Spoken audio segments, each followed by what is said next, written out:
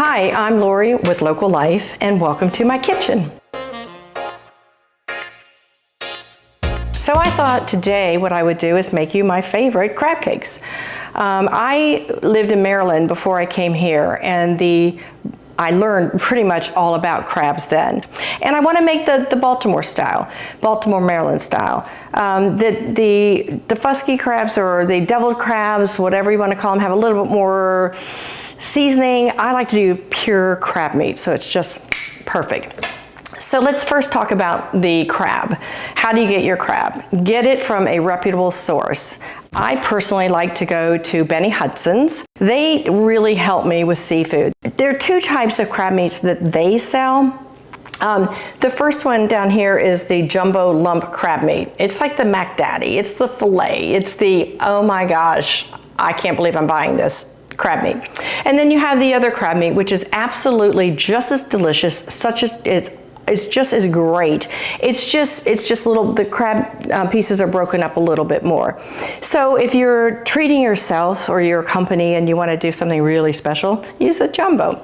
If you want to do something more a little bit on a budget and more friendly, then you can use the other crab meat. Both are just great. To start with, the first thing that I did was I took saltine crackers and I take them and I didn't put them in a food processor. I just broke them up with my fingers, your best tools that you have, and got them just about crunched up like that. And then the next thing that you're going to want to do is take your lump crab meat. Oh my gosh, I could just take a fork and eat this, and just dump it right on top. And then put that to the side. We're going to mix up all of the parts that go with it to make it so yummy. So first thing we're going to do is we're going to go ahead and dump in 1 egg, and we're going to beat that up. You always want to beat up your egg. And then we're going to add a cup, or half a cup, excuse me, of mayonnaise. Following a recipe is not my easy thing, just so you know. I've made these without a recipe for a million years, but this time I'm following a recipe. So we'll put that in, mix it up,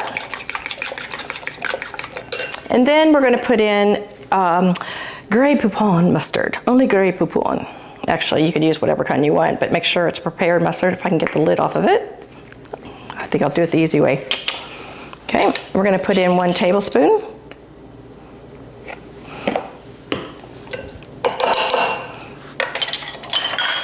Okay, next we're going to put in a tablespoon of Worcestershire sauce. And did you know the secret ingredient in this? Anchovies. I bet you didn't know that, right? Yeah, 1 big lovely tablespoon of that. And then this is my perfume. I love this stuff. Old Bay makes me really, really happy. Old Bay seasoning makes anything crabby absolutely perfect. We're going to put in 1 teaspoon of that. It will make your crab cakes sing. Very salty, so not too much. All right, now we're going to go ahead and mix it all up. This gives you your little workout. Normally I say always be creative, but this one I'm not so creative because it's kind of expensive, so I want to make sure I do it right. Okay? All right, so let's take our crab meat and our saltine crackers and add our wet mixture. Now, very important for this stage is you want to pour this in around it. And I don't know if you've ever made a souffle before, but when you make a souffle, you want to make sure that you fold in the egg whites so that and keep that air incorporated. The analogy is with this, if you're going to spend a lot of money on the crab meat, you don't want to just and stir it up. You want to make sure you take it and you fold it over and over and over and over. See how the crab meat is staying really nice and intact. That's what makes a Baltimore crab cake so special. When you bite into it, it should really taste like crab, not with filler. It's just pure crab, and you want to keep the integrity of that crab. That looks darn good for me, but we cannot eat it yet. So what we're going to do is put it in the refrigerator for 30 minutes up to an hour. It'll help all those saltines absorb some of that and get it a little nice and congealed and be easier to make our crab cakes. So stay with me, we'll be back. All right, so this is rested for 30 minutes, almost to the T. And it's time to make our patties. Oh my gosh, it's so pretty. So I just kind of use my best tools, my hand, and act like I'm making a hamburger patty, if that makes sense. And then you want to take it and you want to just gently, remember gently, you don't want to smash it, gently. Hamburgers are the same way. You want to gently, gently patty them. You don't want to push too hard. And then once you get a beautiful patty, sit it on the plate. Now it's going to fall apart a little bit, but that is perfectly okay. And then you're going to make another one. Perfect, right? Okay. So now the fun begins. We go over to the stove. Oh, don't make sure you get all this on your fingers. And we cook them up. Okay, we are back. We have made our patties, and they have been in the refrigerator for, for a while. Now, the hard part is, how do you get them there without them falling apart? Well, you just pray and hope that you can do it. So, first thing we're gonna do is I'm gonna add some olive oil. Everybody has a different method for doing this. Some just use canola olive oil. I like to use olive oil plus butter, because if I'm gonna eat crab meat, which is so rich and so wonderful, I'm adding more richness. I'm gonna add butter. So add your butter.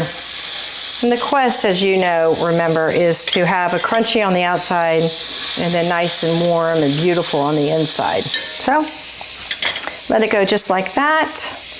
And then what we're gonna do is take this and give it a little toot, toot, toot. And then we're gonna start adding our crab cakes. Now remember, when they fall apart on you, don't panic. They're gonna be fine. They will congeal, I promise you. I think I'm gonna use my hands just to help me. This is the scary part, because you're like, oh, please make it work. And it will. And you don't want to crowd the pan, so I'm not going to put all of them in. A pound, like I said, usually makes about 6. And you give them a little bit of kiss. Say, oh yeah, you're wonderful. The egg is the only thing that you're cooking, so everything else is okay. The egg is what has to be the right temperature. Everything else just is really kind of warming through and getting that crust on the outside. Nothing better on a Saturday night than a crab cake, a glass of wine, which I'm going to have later, which is this wine called Picpoul. I hope that's right, Picpoul.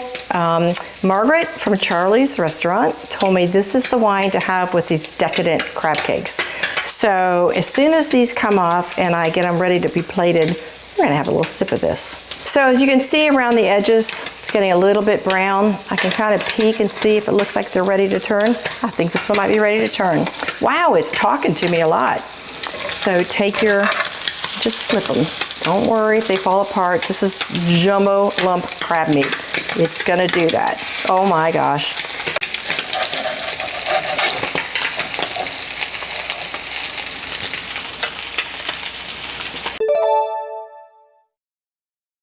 Okay, we're back. Our crab cakes are done.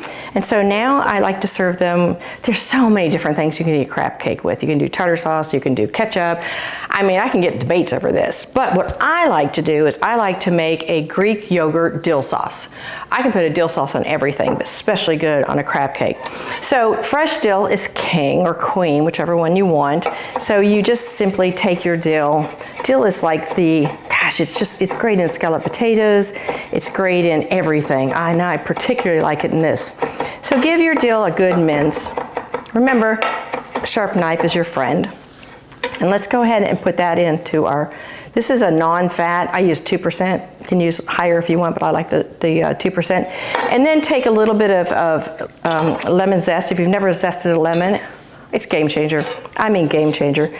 Zesting a lemon gives you the oil. Technically, I should be doing it over this to get a little bit of the oil coming out, but I'm not, because I'm not that good. I'm a home chef, remember, I'm trying. So, home chef, did I even say that out loud? I'm a home cook, not a chef. So let's go ahead and use, that's so funny, home chef, in my dreams. All right, let's put a little bit of lemon zest in there. Let's also go ahead, these are seedless, believe it or not. I love them. So put a little bit of your zest in. Let's put in a little bit of salt, a little bit of pepper, and then just give it a quick little stir. Can you believe how easy that is? 1, 2, 3, it's done. You know how we have to do it. We have to taste it, make sure it's okay. Perfect. So let's take a little bit of our lemon, little squeeze. We got a little bit of our dill, put on top, just to kind of accent that. And then let's go ahead and give a taste. Oh my gosh, a little bit of the yogurt dill sauce. Ready?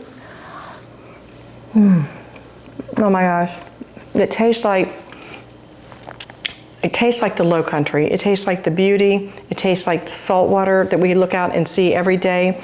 It tastes absolutely amazing. And then you gotta have a little bit of this. Let's see. Margaret, that is so good. Okay, from my kitchen to yours, bon appetit.